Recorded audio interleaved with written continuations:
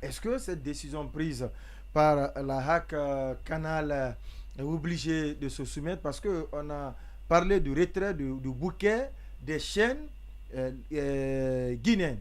Maintenant, c'est une autre chaîne qui reprend un contenu d'un programme de ces chaînes. Est-ce que la HAC n'est pas en train de tourner le bouton un peu plus Non, ce qui est en train de se passer, Canal sait que c'est un bras de fer qui ne se repose pas en réalité sur des faits tangibles, en tout cas qui obéissent à un principe qui est déjà connu quand il y a un contrat entre deux entités. Canal sait que ce qui est en train de se passer, c'est l'usage abusif de l'autorité, de la force. Sinon, quand on suit normalement la façon dont les choses devraient se passer, je pense que Canal, par rapport à Dioma par exemple, ne pouvait pas accepter que Dioma soit retiré de son bouquet. Parce qu'en amont, pour un premier temps, eh ben, on a vu ce qui a été brandi. Donc je pense que la HAC doit faire très attention avec cette démarche-là.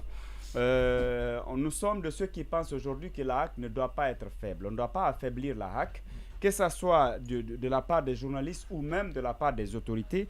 Nous avons intérêt à avoir une HAC très forte, capable de dire non quand il s'agit de s'opposer ou quand on prend une décision qui va à l'encontre des principes qui régissent l'exercice même du métier de journaliste dans notre pays. La HAC doit être capable aujourd'hui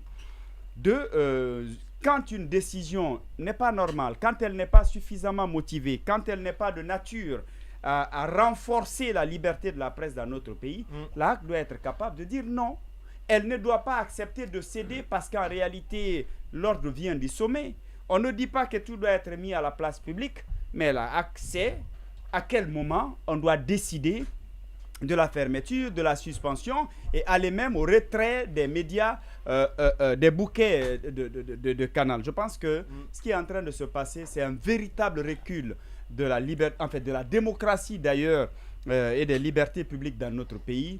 Je pense que fournir autant d'efforts pour simplement museler, bâillonner, pour, si vous voulez, restreindre la liberté d'expression dans notre pays, à mon avis, ce n'est pas une bonne chose. La HAC aurait dû, c'est-à-dire, puisqu'on l'a choisi de jouer la médiation entre nous et de faciliter les choses, elle s'est engagée à œuvrer, à aller vers une sortie de crise. Mais si c'est elle aussi qui doit continuer ou qui doit s'inscrire dans cette dynamique-là, je pense que ça ne facilite même pas cette médiation. Je crois que c'est vraiment regrettable.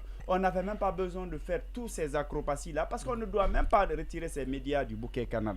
La vraie question, c'était de se poser la question, qu'est-ce qu'il faut faire pour éviter quand même que nous-mêmes, on soit obligés de passer par 1000 chemins, des acrobaties, user des moyens pour pouvoir contourner ces décisions ou pour pouvoir exister. Parce que c'est de cela qu'il s'agit. Je pense qu'on ne devrait pas se retrouver dans ce contexte-là.